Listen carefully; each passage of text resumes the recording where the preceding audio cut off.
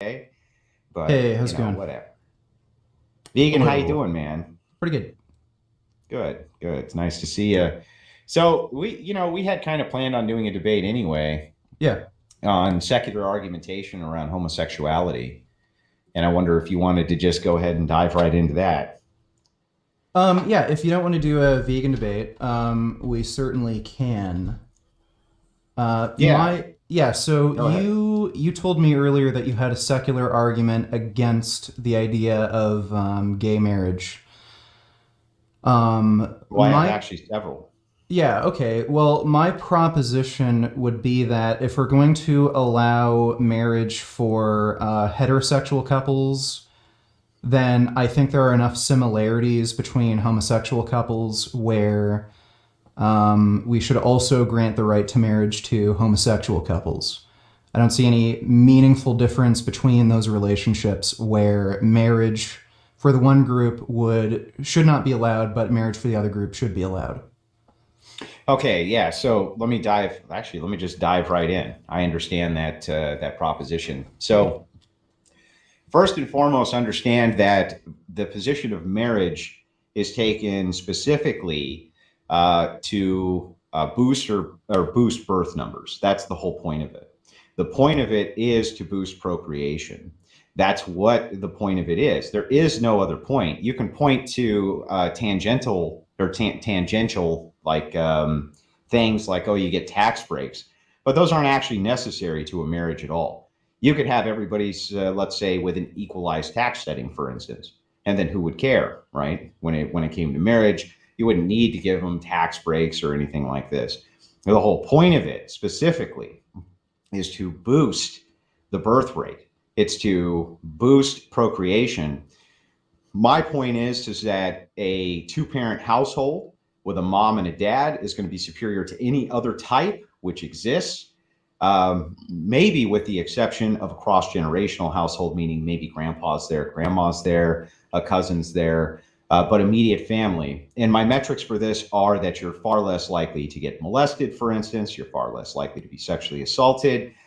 Things that happen to you later in life, your outcomes are almost guaranteed to be far, far better. So I think that marriage between a man and a woman obviously makes the most amount of sense, even within your utilitarian framework.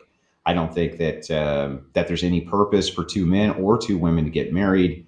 What would the point of it be, other than I wanna? Okay. I When you look at how marriage is being codified into law in the U.S. or Canada or any Western country, there's no mention of um, procreation, where like the point of marriage is to procreate. That is not an essential part in any marriage contract, at least not in any secular nation. What's the So, point of consummating a marriage? Do you think? well, A marriage can be there voided if it's not consummated. What do you think the point of the consummation is? Oh, you're saying it can be voided if there's no procreation? Well, it Well, the point depends that's the on. point of consummation. If your wife won't consummate the marriage can is voided. I don't know if you Well, knew this or not, but that's grounds for divorce. that depends on whatever prenuptial agreement you have. There No, no, are no. I'm sorry. Go ahead. I don't mean to cut you Yeah, off. so there are prenuptial agreements where I know men and women do make prenuptial agreements to have children, or else the marriage would be voided. There are some other like weird agreements. I think Antonio Banderas, he actually had a prenuptial agreement where if his wife gained over like 20 pounds, he could divorce without having to pay. Are you Like, serious? yeah, Really? yeah. There are weird prenuptial agreements with Based it ass like for that. Antonio Banderas. Um, I'm not. I don't think they're like. At least in Western countries, there is any kind of. Well, there is. So let me explain this to you so Okay, that you explain. know. No fault divorce is new. It's not something. This is a new thing, which happened, I believe, under Reagan. He was the one who put in no fault divorce. This is where you can just be like, I'm going to divorce the bitch because I don't like her face, or she can say he's an asshole. I just don't want to be with him anymore. They're divorced. Before that, though, you could still get divorced. You just had to have grounds for divorce. One of the grounds for divorce was not consummating the marriage. You could actually have the entire marriage annulled based on the fact that there was no consummation of that marriage. Now, the whole point and principle behind the consummation of the marriage was, of course, the impregnation of the woman. The whole point of it is to boost population numbers. There's no real other point to marriage. You're just asking, Okay, you're asking well, egalitarianism under something that the purpose of the thing was never meant to be. okay. I am not. I don't know if today, again, it kind of depends why the individual's getting married, but I don't know if today, you can divorce for any reason, obviously, and like by consummation, do you mean just sex in general, or inability to have a child? Well, generally, it was based along the virginity. It was assumed that the woman was going to be a virgin. The consummation was it's a sacred act, taking her virginity, and of course, you're implanting your seed. That's what the biblical Okay, well, you said reference it would was a be. secular argument, so I don't know how you're going to include the word sacred. Well, okay, but hang on. When you're talking about marriage itself, I'm still using secular argumentation. It's just explaining the purpose of it. Okay, The purpose of it right. was, even from your secular framework, it's still a religious ceremony. You wouldn't, I mean, you would have to be a I fool not to disagree. concede that's true. Marriage may or may not be a religious ceremony. Now, like in our current framework, but that not has not been Um, traditionally that. I mean, if you were a pagan, you got married to your in front of your pagan gods. If you were a Christian, you got married in front of the Christian gods. Muslims, you get married in front of Allah, et cetera, et cetera, et cetera. It's always had religious footing behind it. I'm not entirely sure. Likely, I would say the vast majority of marriages anyway. I'm sure if you go far enough back in history, every marriage was a religious ceremony. My grandfather actually told me a story that like he's been atheist for a very long time. When he was fairly young, he just didn't believe in God, thought it was hooey. He ended up marrying my grandmother, obviously, but they went to I think a Methodist church. I can't remember specifically, but the fucking pastor told him if he doesn't change religions and like admit that he believes in like this type of Christian God, then he won't marry. My grandfather said, "No, I'm not doing that. We'll just go somewhere else." And then the pastor said, "Okay, okay, fine. I'll marry you." So I don't know like it I don't know what you mean by religious, like how religious. I'm sure there are ceremonies that you could have like at a town hall even back in my grandfather's day where maybe like God was mentioned in the ceremony, but it wasn't really a strictly religious ceremony. Well, If both marriage. couples, if both couples involved are atheists, which I'm sure there were plenty, I don't know how you could call it a religious ceremony when the people involved aren't really don't have that interest. And today, me and my wife, we got married 5 years ago, I think. God wasn't mentioned anywhere in the ceremony. We got Well, then married at why is the it meaningful? city hall. Sorry. Why is it meaningful? It could, well, I mean, it is a legal agreement between two individuals. That may make it meaningful to two particular people. From a legal perspective, from an emotional perspective, like you are making a commitment to another person, doesn't you don't But you don't necessarily have need. to.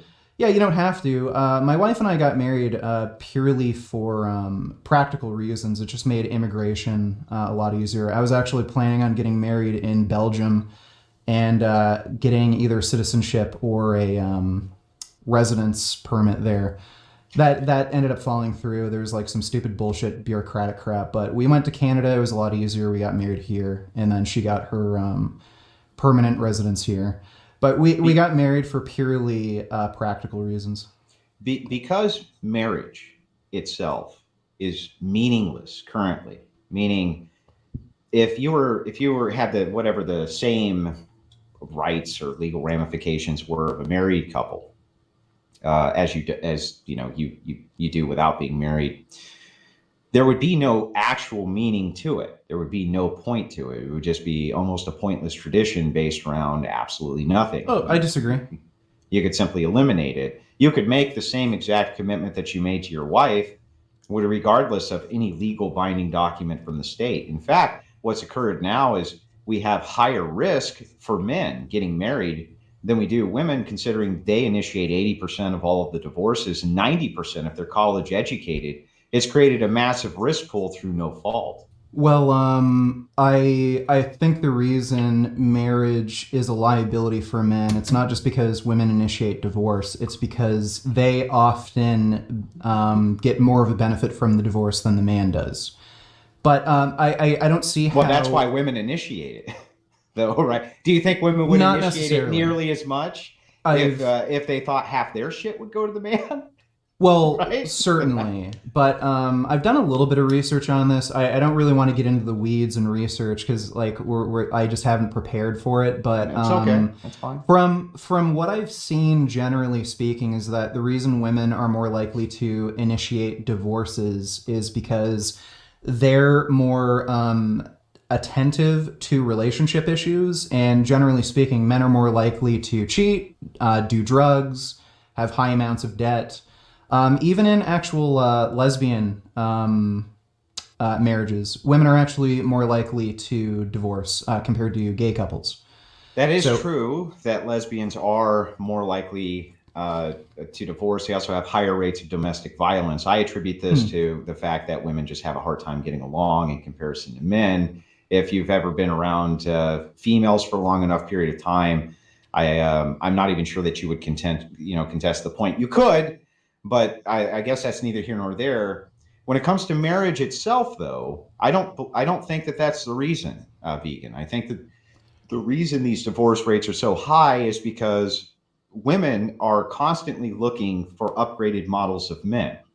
That's why traditionally in history, 10% of men had all of the women. They were able to procreate, spread their seed, and this type of thing. Most men were not able to. They went off and died in wars, or they were a serf class. They never actually got married. They never actually spread their seed at all. It's been a huge problem. Only through the usage of the one man, one woman policy, without the pluralism, did you start to see any type of shift in that. This is why women generally are the ones who initiate divorce. And you know why I know this is because the grounds in which they say they initiate the divorce most on revolve around the fact that their significant other makes more money, or they make more money than their significant other. That's the number one reason that they initiate divorce across the board. Not the only one, but it's the number one. I certainly would agree with you that if women had to give up half their earnings or whatever, there'd be a lot less women initiating divorce. I'll agree with that at least. But back to the other point where Well, it's not fair to men. Can we agree there Sure. that it's not fair to men? Certainly. And this is what the egalitarianism of marriage has done. Well, certainly. Well, that's why I always tell dudes, don't get married, or if you get married, make sure there's a prenuptial agreement where you can't get like half your shit fucking stolen. Anyway, you were saying that marriage is meaningless if we let gay people marry and shit. Like, no, again, there are sacrifices that you have to make when you're in a long-term committed relationship. There are potentially other relationships that may be better that you're going to have to pass off. If you have children, then you're going to have to make sacrifices there with time, money, commitment. You're going to have to spend money on the child. Somebody is likely going to have to take time off of work and shit. Like, this all creates a situation where you would likely want some sort of contract in place, like a marriage, where you would want to make sure that if there is some sort of issue in the relationship, things can kind of be fairly, worked out in a legal system. But don't you think? I mean, we already had that. The problem is that the no-fault divorces moved in, right? Why not have to, if you make this lifetime commitment? So you say, for instance, you advise men to have a prenuptial agreement. That to me is on its face absurd. You're committing to a person for the rest of your life, and you're giving an oath to it, and they're giving an oath to you. But we've made it so easy and simplistic in society to just walk away from the oath that you made. You don't have to adhere to it or honor it at all. And so, is it really any wonder that there's this huge flood of divorces? And by the way, it's increasing across the board; it's not decreasing. In fact, the most recent studies I saw is that white women are very quickly going to get to the point where they're overtaking, other demographics as well. This is a problem Hasn't it that's leveled not. out over the last I think 10 it's going to years? get worse, actually. But yes, it has. It has leveled out. But it's progressively still getting worse. It's a slower rate of progression. So what I'm saying Right, well, is that I would agree with you that a lot of those things are problems, but the solution that I would say is, shouldn't you, if you make a lifetime commitment to someone, have to go and show good cause? My husband's beating me. You should be able to get a divorce for that. My husband did horrible things to the children. You should be able to get a divorce for that. But there should be grounds. Just going well, in and saying I don't like his face and he doesn't make enough money, doesn't that seem? well, Don't I you think a lack cheapen? of love is certainly a good reason to get a divorce. If you're not happy with somebody, I think that's the principal reason why any divorce happens. Yeah, but you're married, right? Yeah. Is your marriage just a joy all the time, or don't you fight? Don't you get Well, so we enraged that you certainly. feel like you could walk away from your marriage right then and you wouldn't regret it for a second? But then as you work and you put in that hard work that marriage requires, that commitment requires, it gets better, right? Sure, like I've never personally been in a situation where like right then and there I feel like I could get a divorce and not feel anything, but again, if there's Yeah, but like like what I mean in a general sense. If you can I know get what you so mean. angry, I know what you mean, but I mean like uh, again, if somebody's getting a divorce, like in every case, it just means there's either a lack of love or there's just irreparable differences. Like people don't just get divorced. You know what I mean? they do. Well, no, they do. We know this. Well, I know The women will empirical divorce like data. rich guys, Yeah, for money, the like that whole empirical crap. data is showing this. It's not men. It really isn't. Now, I'm no red pill guy. I'm not like Yeah. into the pickup artist MGTOW scene. I think those guys are fucking what you guys would say are cringe or whatever. But they do have a point here. Women will indeed just get a divorce because you don't make enough money, or they'll just get a divorce Okay. because Well, they want to what blow about the gay neighbor. dudes? You know. What about gay dudes? Well, what about gay dudes? Are We they don't getting have divorced? enough. We don't. Well, we don't I'm have pretty enough. sure they're divorced at a lower rate than straight We don't couples. have enough long-term data on homosexual marriage because this is Um, only a recently protected thing. There's not enough long-term studies to make these determinations. However, most gay men, and this is kind of an open secret, but if you talk to them, they'll tell you this: they have open relationships because this is a very promiscuous demographic, and it's always been a very promiscuous demographic, which stands to reason considering if you ask them why they're so promiscuous, generally the number one answer is because we're men. Right? It kind of stands to reason, right? Like, well, I mean, straight people do that too. yeah, right. I agree, but you would expect a male who's straight, if they had an unlimited buffet of pussy, to have as much of it as they could possibly get from as diverse a pool as they could have. So it stands to reason a gay man Possibly. would do the same thing. Right? What I've found is if you have a partner who is interested in the same sex that you're interested, you're more likely to find open relationships. I've known a lot of bisexual women who are totally fine with their male partner having sex with other women. I'm sure. Yeah, so It's a much more promiscuous demographic. I don't think it's a more promiscuous demographic necessarily. Like, how many men have you met where they wouldn't give a fuck if their girl had lesbian sex? Like, I know plenty of dudes who would be, including me. If my wife wanted to have sex with a woman, I'd be like, fucking yeah. Like, But it's but this kind of stands to my point. You know why you think that? It's because you don't consider it real sex. You no. consider it like fucking around. You don't consider it real sex Because you would No. have a problem if a dude plowed her, right? Yeah. Well, no. Yeah, because that's I real sex, Well, no, right? it's not that I don't think it's real sex. What I think is going on there is you can internalize why your partner would be attracted to that other person, and you don't really consider that person a threat to your relationship or your sexuality. I think that's what's going on. And again, I know bisexual men who are fine with their female partners having sex with other men.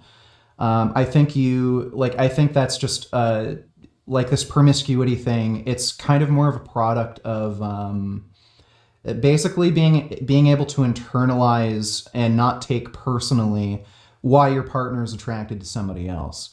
I think that's mostly where that promiscuity is coming from. But at the same time, like this, Come on, like man. this. You don't really think that, dude. Okay, Like, well, for dude. instance, when we're talking about men, right? You're not really saying that you don't think that homosexuals on average are far more promiscuous than their heterosexual counterpoints.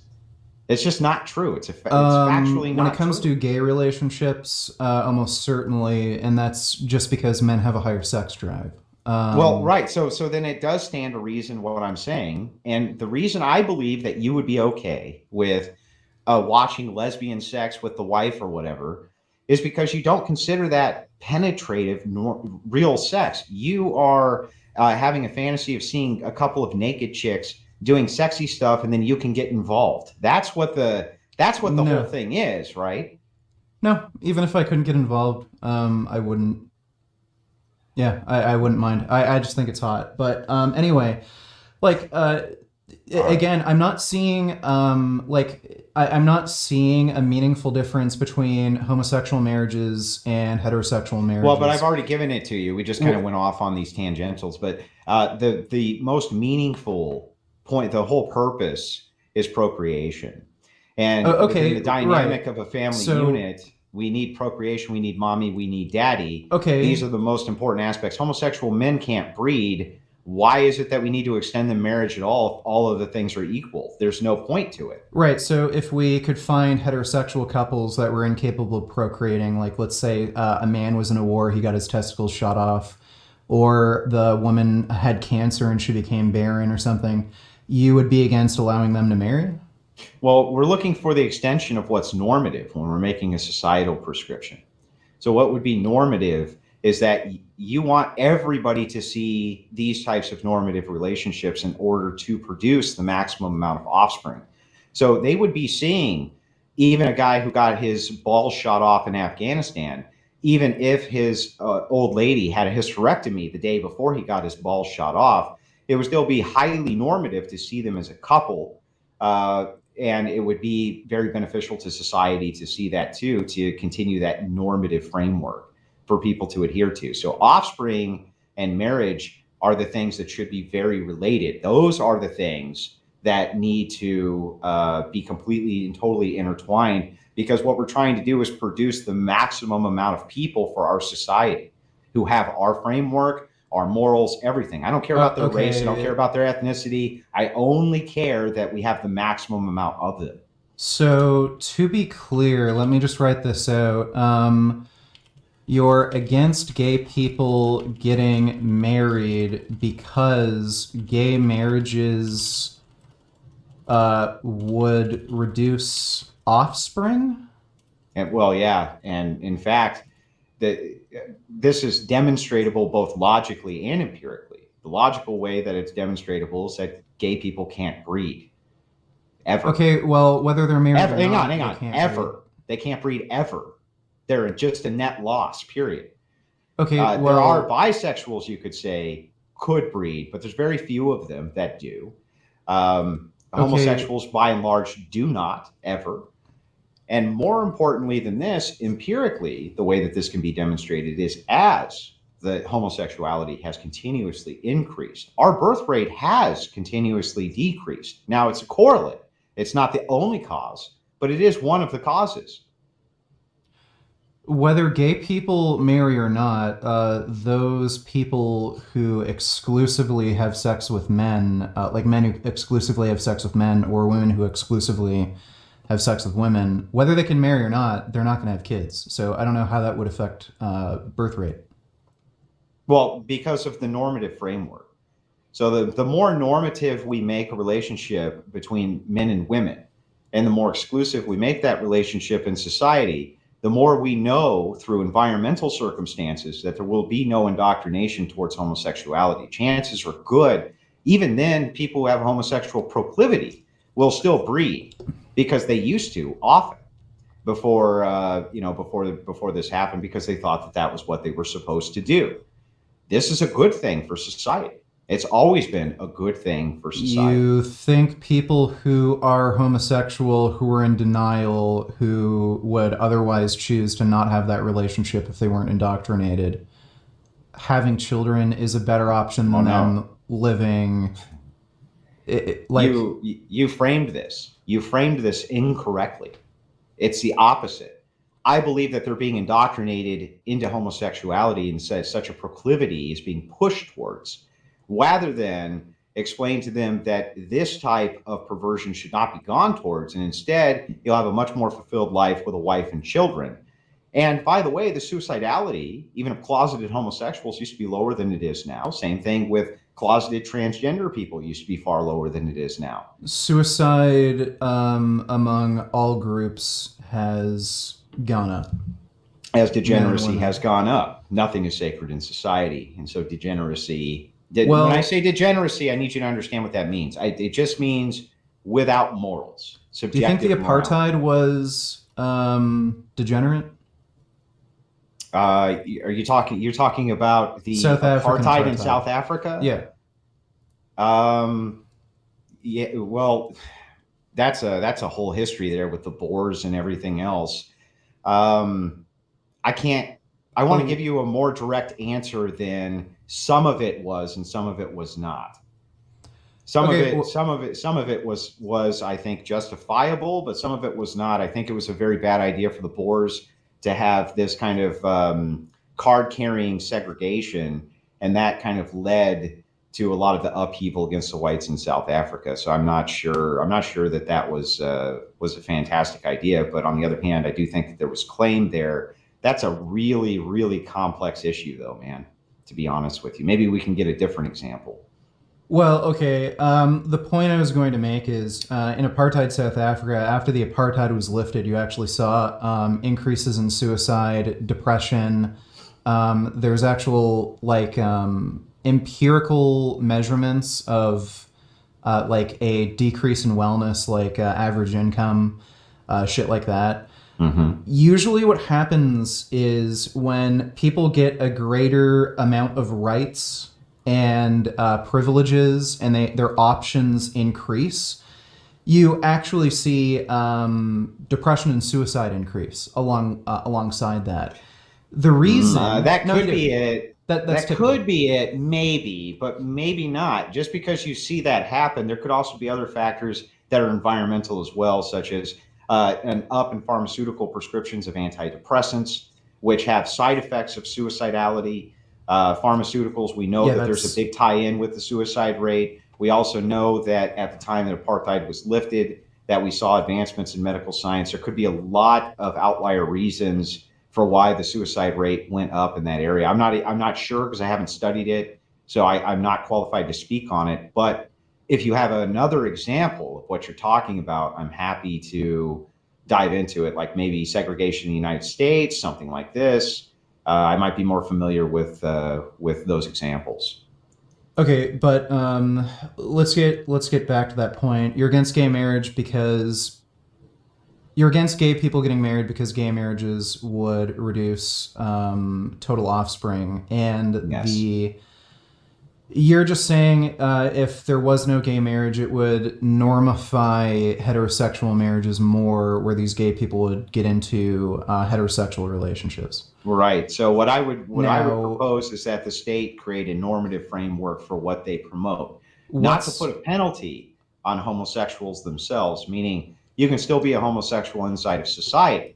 It's just that the state's not going to push homosexuality with White House rainbow flags and things like this.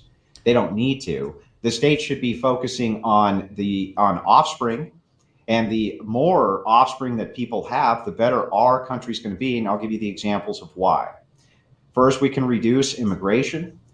Now, you may not have any moral foundational problem with immigration. However, you will have to concede this one point, which is that mass migration, to the extent that we now have mass migration, does create cultural issues. It creates demographic cultural issues that we would not have these cohesive problems without having the mass migration. And the justification for the mass migration is a workforce, because we can't provide enough of it because our birth rates are so low.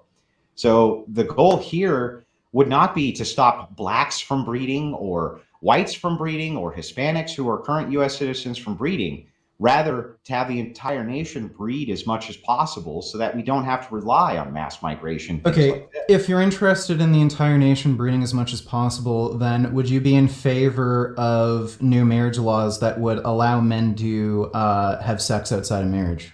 No. And here's that would why. increase the birth rate. Yeah, but you need to have a healthy population with the birth rate. So it's not just a matter of having more human beings. You have to have more human beings who are cultured, who are educated, who have the loving home that they come from. Otherwise, we end up with mass criminality. One of the things that you might find, for instance, from Freakonomics, they found that when abortion was legalized, the crime rate dropped significantly. Some people have attributed this to the fact that it was blacks being aborted. However, I think that that's not so. I think what it is that as abortions increased, people who had children that they didn't want, they were raised in, they weren't raised in these non-stable homes and things like this. This is what actually decreased the criminality. It had nothing to do with the race or the ethnicity at all. But I do think that you have to have the health of the society in mind, along with the increase in just having more children on its own isn't going to cut it. There has to be a normative framework for them to operate in. Yeah, I am not entirely sure if the Freakonomics data is accurate. There were actually some big flaws initially with the data. They later corrected it, and they said they came up with almost the same numbers. What was actually likely at play was just simply the crack epidemic. When they started doing data collection and when data collection finished, it's probably just due to the crack epidemic and then the resulting crime bill that raised and lowered the crime rate. It wasn't, and drugs just coming into the country. Well, they directly refuted that in the book. I don't know if you read it or not, but they also made a movie, which is like the Reader's Digest version of it, basically. But they did refute that it was the crime bills. That's what they were actually going in. That was the data they were looking at. Is it Rudy Giuliani's crime bills that did this? Is it the tough on crime campaigns that did this? And what they found was, wait, it turns out that even ridiculously stiff penalties like the death penalty don't operate as much of a deterrent to passion crimes. But if that person doesn't exist, that's maximum deterrent, right? Because they never exist to commit the passion crime. People are more likely to commit crimes of passion if they come from unstable household with mentally ill parents or people in low socioeconomic income levels. So this is why I think this occurred, and I think that they were right. Okay, I'll look into that a little more. There was another woman who actually published some interesting data on lead pollution, and she actually found a greater correlation with lead exposure and violent crime than what they found with abortion. Really? But yeah. I'd like to see that data too. I know that lead can be extraordinarily poisonous and toxic to people, and it can actually shut down parts of the brain that have to do with emotional receptors. That's a sign of lead poisoning, as I understand it. So yeah. But so if this principle of increasing children from cultured homes, if that's the basis for banning gay marriage, there is data showing that gay people who either adopt children or pay for a surrogate, the children actually have the same, if not better, outcomes than parents raised from heterosexual parents. Gay So people actually, on average, are better educated and have higher incomes as well, it's by the true. way. It's true. But we have a problem here, which is we're looking for a normative framework. It's not to say that you can't look at outliers, which are homosexuals who have children. The vast majority of homosexuals do not have children.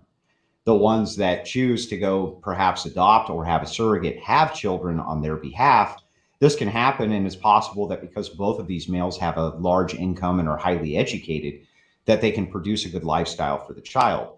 I'm not disputing that that's true. I'm just looking at a society-wide normative framework in which we can adhere to.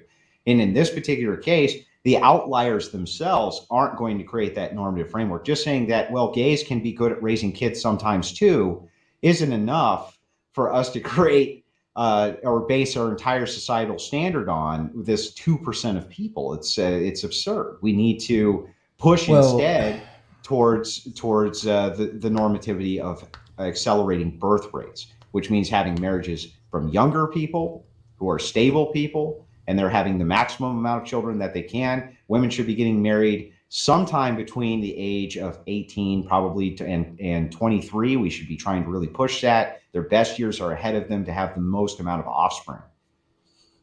Okay, but if there are these marginal circumstances, let's say they are marginal, and they adhere to these principles of, creating more children, why wouldn't you grant them marriage licenses? Because again, we're looking at what's normative. Well, you would Right. you would make hang that on. normative. Well, I'm going to explain why. Right now, we know that the best outcomes for children and the people who are having the most of them are the religious oriented inside of the United States. The outcomes for those children, they're less likely to be depressed, less likely to be on drugs, less likely to have outcome detrimental issues than non-religious parents. The primary religion inside of the United States is Christianity. It would stand to reason, even from a secularist, then, if this is so, and these have the best outcomes as an average, that we should be pushing towards their normative framework. And their normative framework excludes LGBTQ, and LGBTQ can't breed anyway. There's no real point in gays getting married at all. What's the point? The point, from my standpoint, is that we have a normative society which can produce offspring. I'm not saying hurt homosexuals. I'm not saying outlaw homosexuality. I'm not making any of those broad claims. That would be absurd. I'm just saying we should push what's normative for maximum amount of human beings inside of the United States, so that we can rely on our own domestic population. Legalizing gay marriage for gay couples that either pay for a surrogate or adopt would make that normative. If that were the only avenue that gay people could get married, no, it wouldn't, because it creates friction between the vast majority of the public, and the vast majority of the public. Why would that create friction? Because the vast majority of the public has been against gay marriage due to their religious backing. This is why even the gay propositions in California fail. You could make that same argument against interracial marriage. The majority of the population at one point was against interracial marriage. Should interracial marriage have stayed banned? That's true. And in the fascist nations first, they took away such restrictions, like in Mussolini's. Well, America was a fascist nation then. Well, in the actual fascist nations, I'm talking not like your absurd liberal fascism, whatever you consider that to be. I'm talking in the actual fascist nations, like Nazi Germany. Not Nazi Germany. They killed basically anybody who didn't set the standard. They were big into eugenics. But there were nations, some fascist nations like Spain, for instance, they were the first to the fray to allow interracial marriage. They did not consider it to be problematic because within their purview, the body of the state, the normative portion of the body of the state, adhered specifically to religion. So they had a coexisting relationship with the church. The churches were the ones who wanted more than anybody to uplift the ban on interracial marriage, not the state, not Abraham Lincoln, not any of the government. It was churches who wanted to do that. A lot of the reasoning from racists who allowed for the African slave trade it was on religious grounds. And a lot of the argumentation against interracial marriage, part of it was on religious grounds. A lot of the churches were against it, and Americans were actually Eugenics probably really originated in the U.S., and that's where Hitler got a lot of his ideas on eugenics. Perhaps from They're like actually, Margaret Sanger. yeah, From like Margaret Sanger, you can claim her, right? um, Henry Ford was a big eugenicist and a big Nazi sympathizer as well. Yeah, well, But Sanger, I think, was at the forefront of eugenics. You can look at but what Sanger said about Aboriginals. She said that Aboriginals were the lowest form of life on planet Earth, yeah, and that they needed to essentially be exterminated via eugenics, meaning just don't let them breed and then they go yeah, away. Which is, by the way, UN definitionally is genocide. That's adhering to genocide, but yeah. getting in a single group Um, of people to not be able to breed. Now, the most important thing here, though, that you're saying, vegan, that I think you need to look at is no, it's Christian nations as well, like the British, for instance, who were some of the very first to the fray in outlawing slavery. While it's true that we had the African slave trade, you got to remember that the Muslim slave trade existed for a far well, I know. longer expanse of history. The transatlantic was a drop in the bucket. So when we're looking at this, the Christian nations actually were the first. In fact, the United States got rid of international slavery very, very early on. They were using slavery by the time the Civil War came around that was grandfathered in, but they weren't importing new slaves. So Christians have Well, always been that against was this. because of the federal government that was, and the northern states had more control over all the states than the southern states. Well, there is some truth to that. I agree. I'm just saying that the normative framework was a Protestant normative religious grounding framework for the United States. The Constitution's derived from English common Well, law, and English common law was based in biblical law. the founding fathers of the United States, most of them were not Christian. They were either That's not atheist or true. deist, and the reason they No, made a only a secular few of them were government. deists. You're not. No, that's not true. This is a Well, common misperception either that people have. either way, if you're going to claim there shouldn't be gay marriage on the basis that it would bother people, you could make that argument against interracial marriage. No, I don't think that you can make that You argument certainly could against have, interracial marriage when we're talking about the normativity of breeding. Why would anybody care if interracial people breed? They don't care. They because they're care. racist. They Yeah, think white okay, people but are that has superior. nothing to do with the vast majority of the morality of the United States who are Christian. They're not. They don't care about You interracial you nothing. will see a huge overlap between neo Nazis and the KKK and Christianity. I don't know No, if you you'll could see even the find a opposite. single one. No, the opposite I, is true. I don't even Most know if you can find neo Nazis, maybe KKK. Nope. I you You're would be gonna. hard. You would struggle to find a single person in the KKK who isn't So Christian. out of the two of us, just to be completely fair here, I want to ask you this directly. I deal with that group probably far more than almost any other individual online who's in the mainstream. Most of them are evolutionist secularists because they have to believe in evolution even to believe in the concept of race and racial demographics. So they have to reject Christianity. Christians in general cannot You can believe in even evolution have and be Christian. right, correct. And so therefore, where does that place race? What do you mean? Well, how can you believe in race if you don't believe in evolution? You can be Christian and believe in evolution. Well, okay, but then you're not. What you just said 5 seconds ago. You can't. No, I didn't. Yeah, those were your exact words. You said, "Yeah, I I did know not you say can't that. be Christian and believe in evolution." No, you must have misheard me. I said you can be Christian and believe in evolution. Okay, I thought you said the opposite, but yeah, that's neither here nor there. The vast majority of Christians do not adhere to an evolutionary worldview. Only Catholics, really. I think the statistics show that 40% of Christians don't believe in evolution. So the majority Um, would be you'd would have to believe. show me because I don't even believe based on Yeah, I think self-polling that it's they do. I think it's Pew. It might be Pew Research data. Percentage of. I'll just quickly Google it. Christians who believe evolution. It might have been Pew Research. Um, let's see. Religious differences in the question of evolution, percentages who agree that evolution is the best explanation for humans. This is fucking Wikipedia, but, take that. Catholic 58, Orthodox 54, mainline Protestant 51. You're going to find roughly around 40. And here's the Pew Research. How high religious Americans view evolution depends on how they're asked about it. Yeah. So come on, man. Like it's kind of disingenuous right away on its face. It depends on how it's asked. Listen, I'm just telling you, this is a statement from experience. So I can't back this up with empirics. I'm just telling you, it's my experience that the hard line, which you would consider to be racist or racialist or whatever, generally have to take such a position because they have to reject Christianity. I don't know if you know this, but most of what we call the Wignats or the those hardcore Nazis or skinheads or National Socialists or whatever, they all hate Christian nationalism. They hate it far more than you could ever imagine. And the reason for this is because Christians, as a general rule with the religion, must be inclusive when it comes to alternative races and ethnicities. And here's why.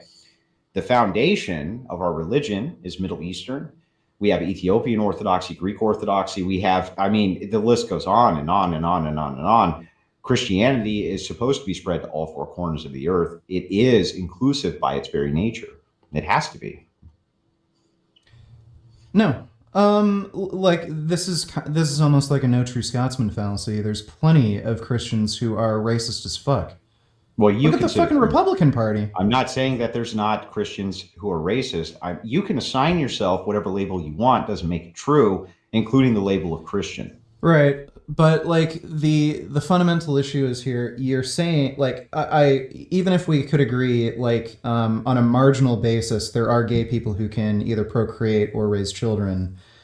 You're saying we shouldn't grant marriages to them on the basis that it would frustrate heterosexual couples.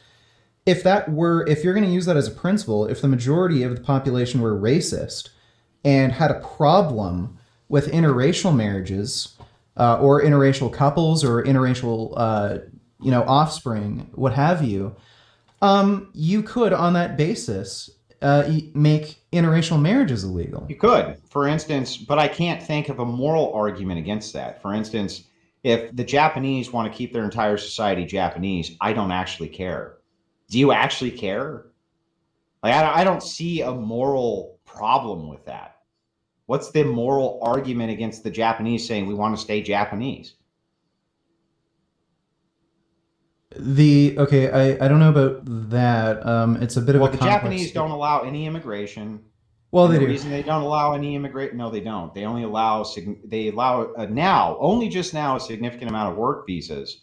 But becoming a citizen of Japan is very difficult. Yeah. If you look at the demographics right now, most Japanese are Japanese ethnically. Well, that's an entirely different circumstance than denying rights and privileges to citizens on the basis of race, ethnicity, but this is my gender, point: is that if most of your population decides we want the population to only demographically be such, and this is how we want to live, I've never been able to actually think of a good moral argument for why that would be wrong. Well, it depends on how you implement that. If you're going to implement that on the basis of restricting immigration, that's one thing. You're not taking away rights from citizens. But if you're going to implement strategies like forcibly sterilizing people who aren't white, well, then you're taking away rights from citizens. Those are acts of violence and genocide. But simply having restrictions simply having restrictions in your own land to keep it how you want it, by the vote of the majority, should fall right into the worldview that you currently have. And if Zimbabwe, for instance, wants to keep themselves 100% black, I don't care, and I don't see a moral problem with that. If Zimbabwe wants to restrict immigration, that's not taking away rights from their own citizens. Preventing gay people or interracial couples from marrying, that is taking away rights, and it's on the basis of race, ethnicity, sexuality, gender, crap like that. Do do you think that those are rights that are human rights that should be extended globally? What, the right to marriage? Well, the right to anything. What do you mean the right to anything? Well, so for instance, if you were to say to me, well, listen, Andrew, if you're going to start restricting people's rights, that's where we have a problem. Then I want to know if those rights ought be implemented globally or if they only ought be implemented here. So if a population group elsewhere in the world is highly discriminatory towards LGBTQ, do you think that they ought not do that? And if so, wouldn't that extend to race as well? So then you would have to make the argument for why Japanese couldn't stay Japanese. It makes no sense. No. Again, there's a difference between protecting rights of individuals within any particular nation there's a difference between restricting rights of people within a nation based on ethnicity, gender, race, creed, religion, shit like that, and preventing people from immigrating. It's an apples and oranges comparison. And by the way, even if people are prevented from immigrating and they're like they have a work visa or something, and that's all they can have, in the United States at least, they still have the same protections under the law that a citizen would have. If they wanted to have, like, say, children with somebody of a different race, like let's say somebody from Baghdad came over to the United States on a work visa, they're not a citizen, they can still marry, they can still have children. But if you're going to create a law that says, okay, if you're from X country or you're of X religion or you have a certain gender, you're not allowed to have the same rights as other people, that's gross to me. Well, I don't think it is gross to you. For instance, yes, maybe it's true that you could fly into Japan and impregnate a Japanese woman, but that doesn't mean that you just instantly get citizenship, does it? Yeah, I know. And it doesn't mean that they're going to incorporate you into the culture. Well, and they may not, as a normative basis, be particularly nice to that child. Though they may be very nice to the child. There are people who've been raised in Japan, for instance, who are highly successful integrated citizens who are mixed blood, but there's very few of them. The culture is very cohesive. Is there an actual moral argument? This is what I'm asking you. Is there an actual moral argument against having an ethnicity that you favor inside your own nation and want to keep it that way? Can you think of a single one? Because I never can. I've never been able to. Well, I mean, there's cons and benefits to that situation, but that's going to. I'm looking for just a single moral argument against the vast majority of your citizenry. Say, no, we just want to keep it all Japanese. It depends on how. Of a single problem. It depends on how that, like, something like that is implemented and other circumstances. Like, let's say there's a huge amount of non-Japanese who've come into the country, have had children with Japanese women. So these are like interracial marriages.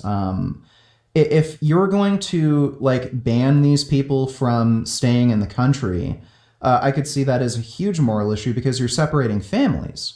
That's not what I'm asking. I'm not asking. It depends. For you to well, what I'm saying is it depends. I'm asking you. I'm going to give you this specific framework. You have a nation that is 99% Japanese. Yeah, I understand. Right now. You're just repeating the question, but I'm saying okay. It depends. So I'm going to ask you directly this: in their current framework, in their current culture, in their current everything, right this second, if they have a law that says no more immigration ever, we're keeping it 100% Japanese, give me a moral argument for why it's wrong. It's all else is equal. There are no other contributing outlier factors. There are no immigrants coming in. There's no nothing. They just say, we want to just keep it Japanese, and that's that. Give me a single moral argument against it. Well, the only type of moral argument you could make is if it were to possibly in some way have a negative effect on the economy and put more people into poverty. Like, you could make a normative argument on that basis, but you can make the normative argument that the social cohesion is more important to them and they don't care about. Well, yeah, it's fine, but, like, again, I'm not arguing against people who want to keep their nation mostly like one ethnicity. What I'm So there saying is is no, so no, there is nothing listen, wrong listen, with having listen, a normative framework for listen. discrimination. This is my whole point. It can is what I'm It saying. can if It you enact depends. violence. That's your only Okay. preface here is that if Okay, you enact so- violence, it's not a violent act to say that gays can't get married. There's no violence. I would disagree. What's the violence? The violence is you are restricting rights that from a group of people on the basis of their sexuality. You think Where's taking the away vi- rights how's on the that basis? violent? You think taking away rights on the basis of sexuality is not an act of violence? No, I don't. Show me how it is. Like if I say you can't fuck a dog, if I say you can't fuck a dog, am I being violent? No. Well, okay. Because fucking a dog would cause harm. Well, that's subjective, though. That's not an objective metric. It's just a subjective metric that you What- think what do you- maybe it'll cause What do harm. you? Okay, how about the wait. corpse of a dog? Sorry. If I tell you you can't fuck a corpse of a dog, am I being violent? I don't think there's any laws against having sex with dead animals. Yeah, there are laws against Are having there? sex with a corpse. Yeah, it's called abuse of a corpse. Well, animal corpses though. Yes, animal corpses as Okay, well. whatever. You But I'm could asking make you arguments. specifically, Well, you don't could you make think- am I arguments that it being would harm violent? the. You could make arguments that it would harm the individual committing the act or people who might see or hear of the act. You could say you're preventing a greater act of violence. You're certainly So then those arguments can be made the other direction as well when we're talking about a normative framework in society. When we're talking, like, especially if we're talking about marginal circumstances where gay couples are having children, either from adoption, surrogates, or some other means, how is it not, how are you protecting a greater degree of violence from occurring by denying them the right to marriage? So I want to make sure I get this right. So I'm gonna ask the question back to make sure I have it correct. You tell me if I'm reframing anything or messing anything up, because I want to be as good faith as I can be. Are you asking me, is it going to reduce violence by saying that gays can't get married? Or did Yes. I miss something? Well, would it be preventing a greater degree of violence by preventing gays to get married? That's what I'm asking. I think it's neutral. I don't think that there was any increase or decrease in violence towards homosexuals based on marriage. Okay. Except maybe from the homosexuals themselves who are fighting for marriage equality, but marriage in and of itself, the only purpose of it is for the procreation of the human species. Okay, well, people who are unmarried can have kids. In fact, the majority of children with that the are born worst in this outcomes, world- and they have the worst outcomes. Well, VG. Okay, the worst outcomes. Okay, are you in favor of banning people who aren't married from having children? No, I'm not in favor of doing that. I'm in favor of making a normalization. I'm only in favor of making a normalization, a push towards something without the use of violence. Can you give me like a statistic? Like, what are the numbers we're talking about? Like, you're talking about maximizing the amount of children that are born to well-cultured households. Like, if we allow gays to marry, like, what reduction in children who are born to cultured households would you expect? Well, I expect that there's going to continue the trend of a significant increase in people who embrace LGBTQ anti-natalist ideology, which is what's occurring currently. Do you have an argument against anti-natalism? Well, yes, I have many. Which one would you like to hear first? The first is there's a huge problem with cultural cohesion because then your economics rely on immigration. The biggest problem with relying on immigration is those nations themselves are decreasing in birth rate population. Okay, so you're not going to be able to rely on them long term. Should people be forced to have children? Well, I don't know what you mean by forced. Like if they get impregnated by their own choice, should they be able to kill the human life? The answer is no. No, I'm saying if somebody says, I'm an antinatalist, I don't want my future offspring to suffer, would you say they should be forced to have children? No. Okay, then I don't understand how you can say in the other breath that this is like you're doing this to prevent this ideology from being enacted. I don't understand what you're not understanding. Me saying no to that question is no bearing on my actual argument here, which is a normative framework. A few people saying I choose not to breed is not a big deal, and it's never going to be a big deal. What we're trying to do is make a promotion of a thing.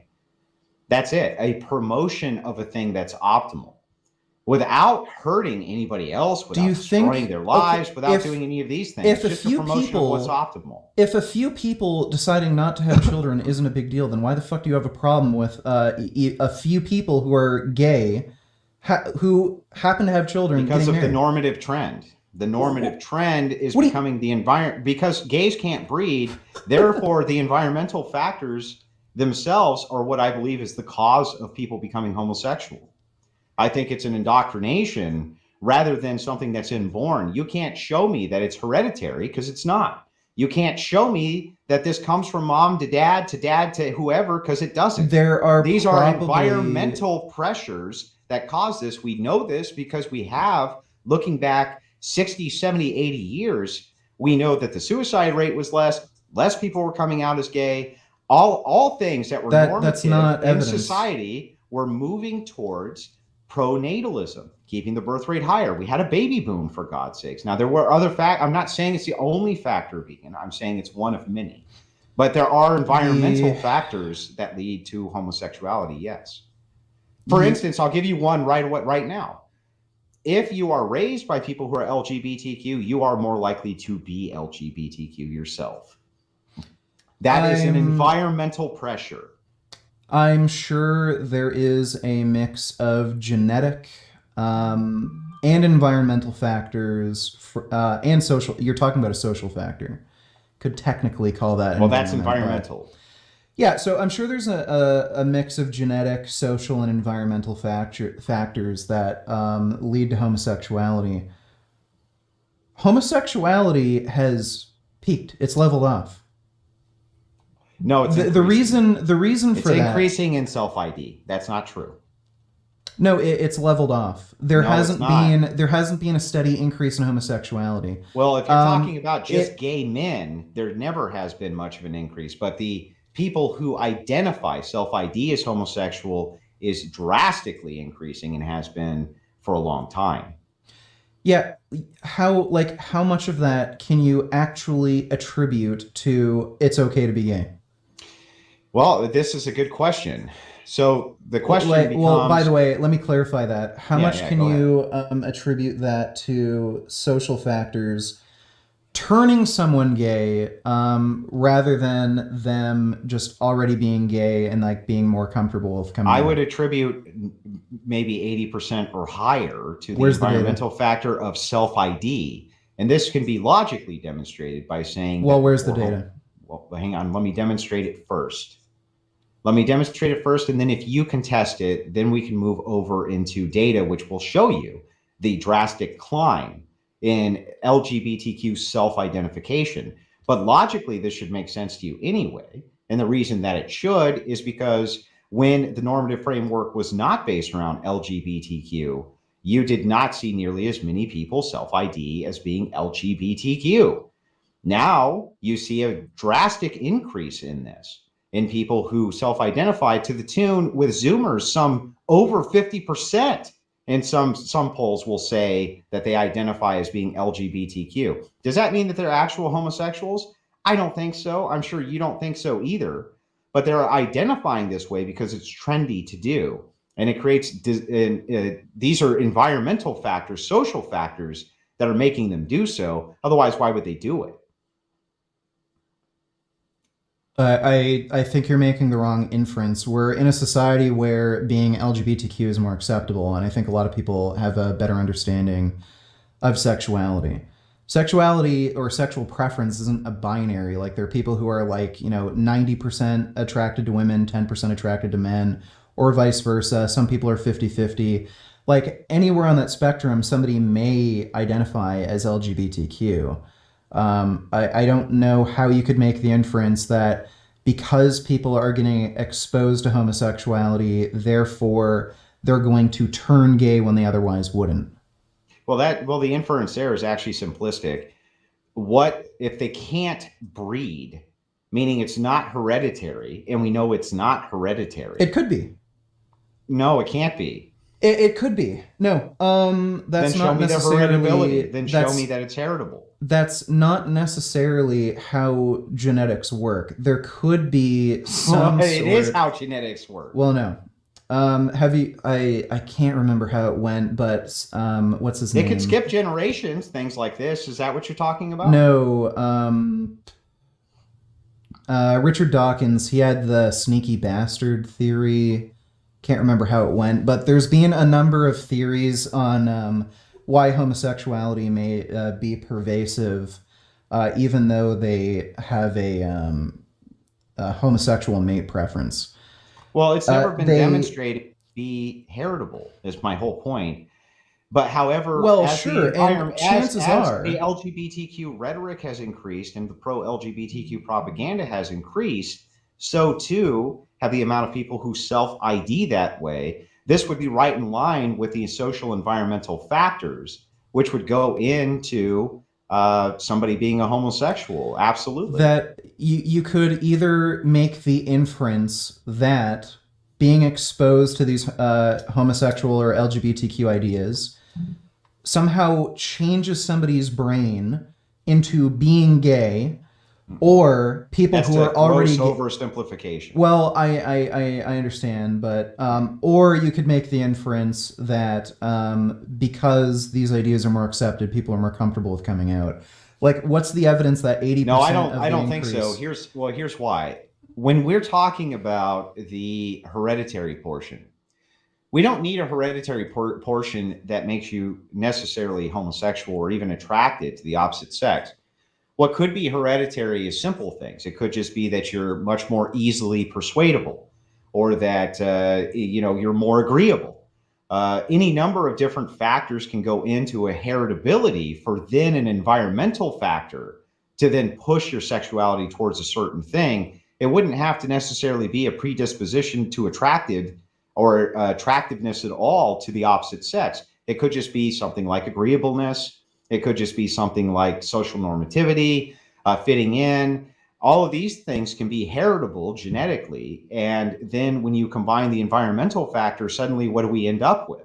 Suddenly we end up with a whole springboard of people who are easily pushed this way due to their heritable factors. But that doesn't mean the heritable factor itself is a predisposition towards having anal sex with a male. That's never been demonstrated, ever. So, I agree with you that there's likely genetic heritable factors, social factors, and other environmental factors like hormonal exposure in utero, shit like that, that would affect homosexuality. What I don't agree with you with is that the social factor is the like common denominator or the large majority of the cases of homosexuality. The reason being is What in about societies. trans? You don't think that well, just let me- transgender is? I'm sorry. Go ahead. Let me I don't let me mean to just cut you finish. off. Let me finish the thought. All right. The reason being is in societies that were incredibly homophobic, like United States in the 1940s, 50s, 60s, until like probably at least 80s, 90s. A lot of Middle Eastern countries will literally kill you for being homosexual. Still will. Some countries in Africa will kill you for being homosexual. There are people who are in communities where they would get murdered for being gay, or their life would be at risk. That's There was correct. actually a guy who I think was on Jerry Springer or Steve Wilkos, who came out to his heterosexual friend that he was gay and had feelings for him. He was murdered the next day by that friend. Like, there are people in these societies who there is no benefit for them being gay. There You're is talking about social every stigma. yeah. So like I there's agree. I agree that there's a significant amount of social stigma. Even today, there is still some social stigma. I'm not disagreeing well, with I'd say that. there's but a lot. there's a lot less than there ever has been Well, yeah, in but there's still a Western lot. nations. Okay, well, I don't know. According to the acceptable rates of homosexuals by society, it's hard to determine what a lot would be. But I understand making the argument for social stigma. I get that. However, as it's been destigmatized, is as we've seen the increase in people self-IDing as trans or homosexual who actually aren't. Meaning they don't engage in any same-sex activity, nor do they present themselves as male or female. They might just slap like a non-binary label on themselves, for instance, which is kind of meaningless in the end, right? They self-ID this way, though, based on trends, vegan. I mean, come on, what else are they self-IDing based on other than social pressures? I can guarantee you, if you're in an extremely liberal community, like I don't know, if you're in some area of California where there's gay neighborhoods in Toronto, by the way, too, like on Church Street, like yeah, if you live in a neighborhood like that, you're probably more likely to say that you're like bisexual or non-binary or some shit like that. My whole point. Because this is my whole point. Well, no, but I don't see how that's an indication that 80% of the increase in people who are identifying as part of the LGBTQ community is attributable to social pressure in that direction. That just doesn't make any goddamn sense to me. And yeah, by the way, this would be testable. Well, this testable. Would be testable. And not only is it testable, but we can see the trend with the destigmatization and the self-ID go up almost in unison. Can you look at the polling data for yourself? I didn't have it on hand. I wasn't expecting this debate, but I can send it to you post-debate. But you yourself just admitted that if you're inside of an environment where this stuff is pushed, then it's more likely that you're going to slap that label on yourself. Why wouldn't you slap that label on yourself? It's an environmental pressure. Of course you're going to do it, and this is my entire point. Right, but nationwide, there's no way that could possibly account for the increase in people identifying as gay or LGBTQ. Well, it's scalable. Why is it not? It's scalable. Completely scalable. It's not. There's no possible way. There aren't nearly enough. Why is there no possible way? There aren't nearly enough like large majority communities or high percentage of communities who are pro LGBTQ. You know, like what's a good, like Toronto, I guess, like around Church Street in the downtown area. There just aren't enough communities like that where there would be a strong social pressure to falsely identify as homosexual. And by the way, like again, the social pressure is everywhere, though, vegan. It starts almost from birth now. You have pro-LGBTQ cartoons everywhere. The school curriculum is based around pro-LGBTQ. The nation's dialogue is often skewed around pro-LGBTQ. Wait. What do you mean? What do you mean when you say there's not? Hang on. When you say there's not enough communities? We have Drag Queen Story Hour. I mean, and it's on the news every single day. It's become even a political ideology at this point. Don't you think it's hard to argue with that? No. No. When you say pro LGBTQ, do you mean that there are simply gay characters in a movie, or are you saying that the point of the movie is to try to trick kids to be gay? No, it's a glorification of the lifestyle, which increases the environmental pressure to move towards it. And then if you go into further lifestyles like college, for instance, where that would, or even public school systems where this is pushed over and over again, these are significant environmental pressures on a developing mind. And this mind is developing until it's 25. So it's extremely important to understand that even the cartoon shows you watch from a kid is a massive environmental pressure and push on the brain of a child. Can you tell me, like, the cartoons that say a 5 to 10-year-old would be interested in watching? Like, I'd assume that demographic would be watching shit like SpongeBob. Can you show me, like... SpongeBob's more of an adult's cartoon, really, but... I'm just saying, but yeah, go ahead. I think it was more of a, like, 10 plus. I think it was marketed to that the third. way. I think that's true. Well, I think especially once you get to the third season, but to like truly appreciate it, yeah, you have to be like at least in your teens. But like, what what cartoons are presenting homosexuality in a way that it's like better That than it's being glorified. You or can look at, for instance, Blue's Clues, Looney Tunes. There's an entire plethora. I can actually get you an Blues entire carte. Clues Yeah, and Looney blue. Tunes. Well, I can get, like I just said, I can give you an entire carte blanche of cartoon shows that have messaging inside it that are LGBTQ positive, but are not just positive, but a glorification of. Whereas there is no glorification or seeming push towards the opposite side because it's considered a default normative framework already. So they're like, we don't even need to push that the princess here should be with the prince. That's not pushed at all, only the alternative. That's where the problem comes in, is when you think that, hey, all the propaganda is moving just the one direction. That's when the environmental pressure really pushes on you. Same thing when you're in public schools, things like this. When Those are the environments, and I could show you entire curriculums based around that. Okay, like when I was a kid, I like what is it called? I never saw anything like SheWow. It's literally a cartoon. It's hilarious. Where this boy, who would like tease girls into being like lesser than him, like, oh, you're a dumb girl. He found his like grandmother's like ring, and it's apparently it's this like ring that gave you superpowers, kind of like a Power Ranger. But he like turned into a cross dresser basically, and he wore girls' clothes. Then he had the powers wearing girls' clothes. There was never anything like that when I was a kid. I think seeing if I were to see that as a kid, I just think it's funny. I don't think Well, that and would. that But I think wait, in wait. and I'm of not. itself, you're correct. I'm I not think done. Like okay, I'm go not done ahead. with the thought though. I wasn't ever exposed to that, so I can't really say. Like I can't really talk to how that would affect me as a kid. I can only assume. I just think it's funny. I don't think it would really push me towards being interested in cross dressing. But Oh, I when don't I was a disagree. kid, I don't actually disagree. Well, go yeah. ahead. I'm sorry. I didn't But mean when to I cut was a you off.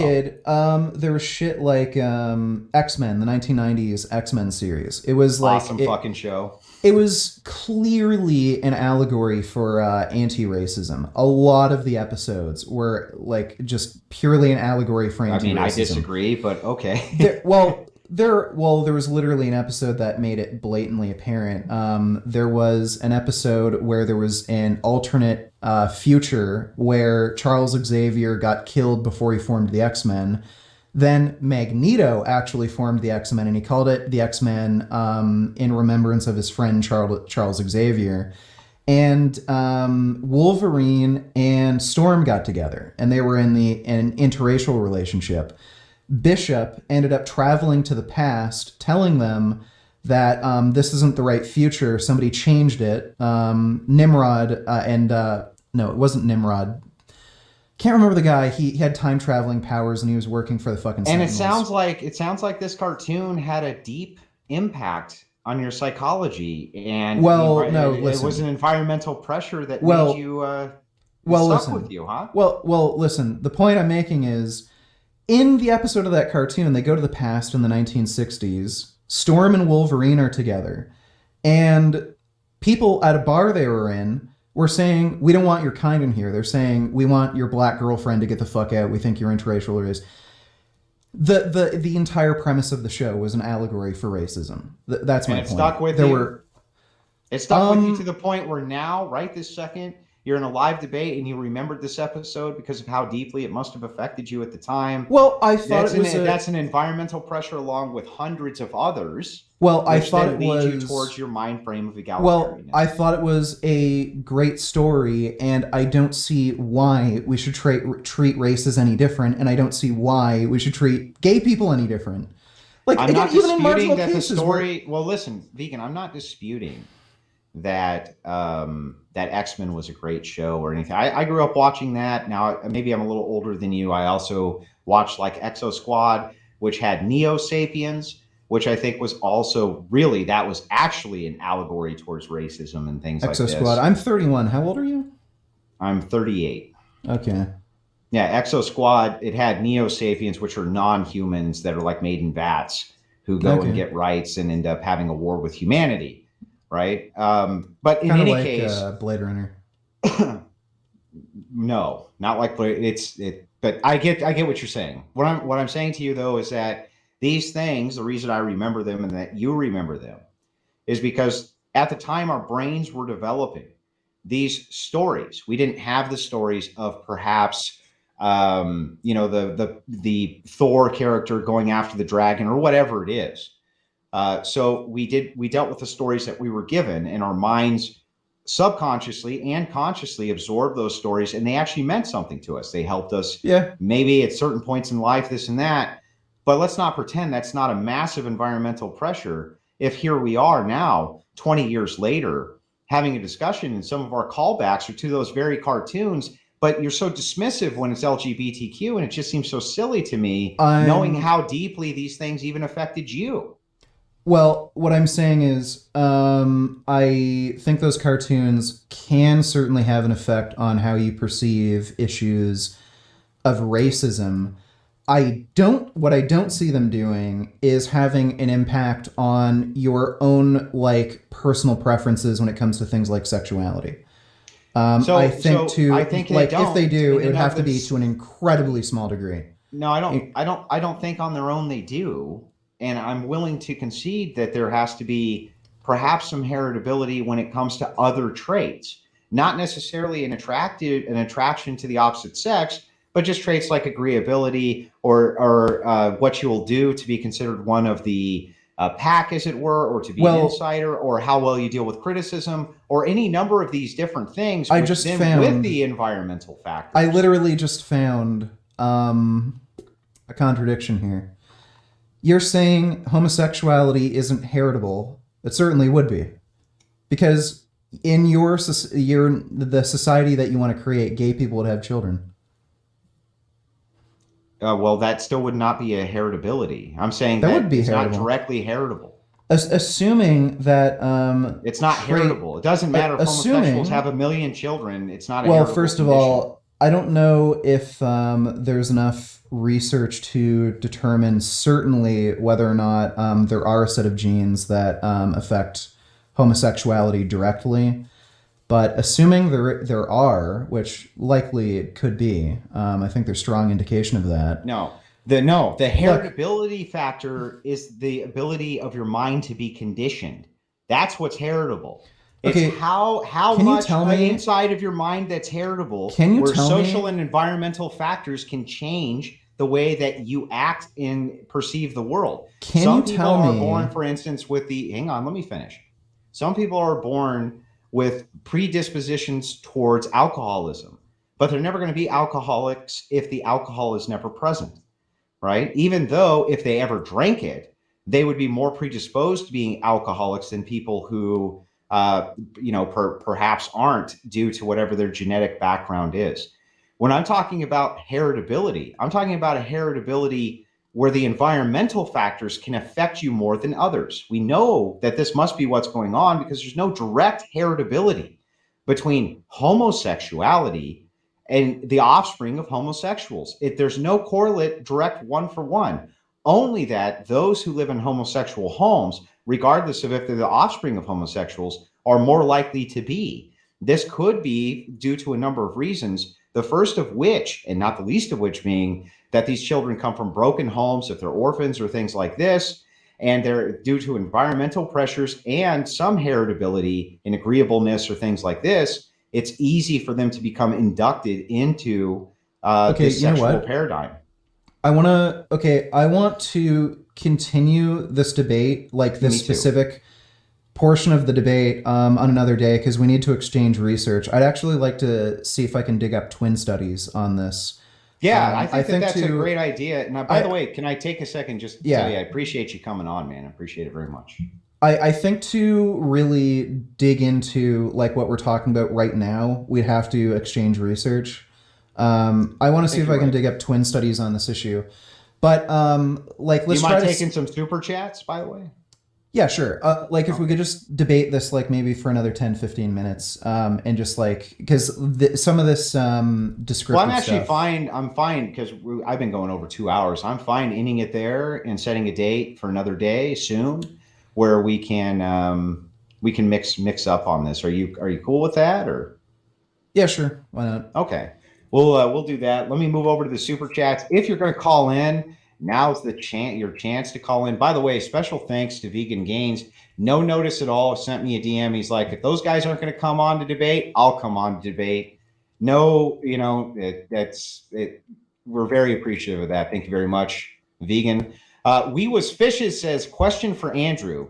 What's your view on race? I am becoming orthodox, but I do perhaps have some hangups from my dissonant right nationalist days. Is it bad to want to preserve human biodiversity? I have entire segments where I've talked about this on what I think about race, things like this, but it's easy to summarize it. I'm what's called a cultural nationalist. I do believe that we need to have a strong nation. I have literally I don't care at all about race whatsoever. It means nothing to me. But I do think that the culture itself needs to have some type of coherence and things like this. So by that metric, when it comes to things like race, there could be culture that's attached to it. There could be some problems there, depending on which two cultures have integrated with each other. That it's a far more complex question than your $5 is going to buy. But I do appreciate your super chat very much. $5. Well, I would say if he's interested in biodiversity, you're actually going to increase biodiversity by having interracial breeding. Yeah, I don't have any problem with people of different races breeding with each other. We are Christians. We're not. There's I don't even understand where that comes from, but whatever. Risky Dave for $5. No message sent. Appreciate that very much. $10 from Prestige Worldwide. Andrew is right. I've known many different people in the LGBT community, and each one of them had some prior issue, either sexual abuse, abnormal relationships with their father or mother, etc. What do you think, Vegan? I could say I have a lot more straight friends with that history than gay friends. So I think I think you're gonna have a hard time finding data on that. But if you, I would expect if there is an association between like physical and sexual abuse and homosexuality, it's probably due to the parents abusing their child due to their homosexuality and not the abuse inducing the homosexuality. That would be my guess, but I don't think you're really going to find a big correlation there. You don't think so? No, probably not. I'm not entirely sure, but I don't think you'd find a causal relationship between abuse and the abuse causing homosexuality. You'd probably find just being a homosexual child or adolescent, you're more likely to get abused or sexually assaulted by parents or your peers. Gotcha. This one from $5 from We Was Fishes. Hey, Vegan Gains. Had you been born and raised in Somalia, do you think you would have been a vegan and or gay? I don't think being raised in Somalia would turn me gay. I'm not gay now. I definitely think that may not be the Somalian experience. Yeah. I probably wouldn't be vegan, or at least not in this stage of my life. So yeah, probably not. Gotcha. So I just want to tell everybody I appreciate so much all of the memberships. And remember, you can gift those memberships. It's very helpful to the Crucible. Wicked Wally sends in $5, says, I say the debate needs to go with where the most meat on the bones is. This was to the earlier debate where those guys really kind of clusterfucked that a bit. Amptown 1, tip $3.33. Appreciate that very much. Bane Bear sent in a $2 super chat. Meat has always been and will always be delicious. That's the thing, though. I don't think vegans deny that. In fact, I think it's part of kind of their premise that you shouldn't kill based on like mouth pleasure or whatever. Am I wrong there, vegan? Yeah, I don't think you'll find many vegans that would disagree that meat tastes good. I prefer eating mock meats, like at least taste, based on taste over real meat. Just because preparation's a lot easier, and like some of the weird textures you get, like the weird tendons and really chewy, weird, fat pieces are kind of gross. So I prefer taste-wise eating vegan chicken over like actual chicken for that reason. Because this kind of became a bit of a cluster this evening, I just got the link out to callers. I'm really sorry about that. Our first caller coming in, Aircraft Sparky, go ahead, man. Hey, how's it going today? Thank you for having me on. Vegan Gains, do you know what issue brought same-sex marriage to actually get reviewed to the Supreme Court in the United States? No, which was it? It was about property rights and partners dying and things like that, and being able to Yeah, handle those I know issues. that I've known some gay people who've had huge issues with their spouse dying, and because they weren't married, their family members tried to steal their estate. Yeah, so where a lot of people like I'm against gay marriage, period. However, I believe since the government is involved in marriage, since incentives are given for things like child tax credits, property deductions, and things like that, and the exchange of property through your partner, your married partner or whatever, that's really what pushed it forward. It had it really. The government does incentivize having children through those tax deferments and things like that. And honestly, I wouldn't care if they would take the word marriage out of it. They could call it a civil union. They could call it whatever, because marriage has religious connotations to it. And I mean, I think that will would you be say anything a very, against the Prophet Muhammad? Would you be happy to do that publicly? Because I would, but most people are scared because of what happens when that happens. So I think that's a good compromise, certainly. The issue I have with not allowing gays to marry is it is a restriction on religious freedoms, which is not constitutional. There is no religion that allows for gay marriage. There is. Well, there certainly is. Which Look, just because it's not explicitly stated in the religion, the culture has developed, and these people who practice said religions like Christianity, I know there's a lot of Christianity does not accept same-sex Well, marriage. Period. Well, your Christianity doesn't. Somebody else's no, might. no. There Again- isn't a my Christianity. It's in the Holy Scripture. Man Well- shall not lay with man. Well, look, things change over time, cultures change, and look, ye old Christianity is probably different than modern Christianity. I'm sure there's some practices like sacrificing animals. That sort of thing has changed. Those sort of things have changed over time. So just because there's no religion technically that explicitly allows for gay marriage, things have changed culturally, and there are people who practice religions where they want to practice gay marriage, and not allowing them to practice that is a restriction on their religious freedoms. If they're Christian and they believe gays should get married, that is a restriction on their religious freedoms, even if you disagree with it, even if that doesn't fit your notion of Christianity. So I think just on a constitutional level, I would have a problem with that, but I do think that is a good compromise that you're proposing. I wouldn't be against that. Okay, I'm still trying to figure out the religious portion of it, because literally there is not a religion in the world that I can think of. I mean, if you know of one, I know Christianity isn't one of them.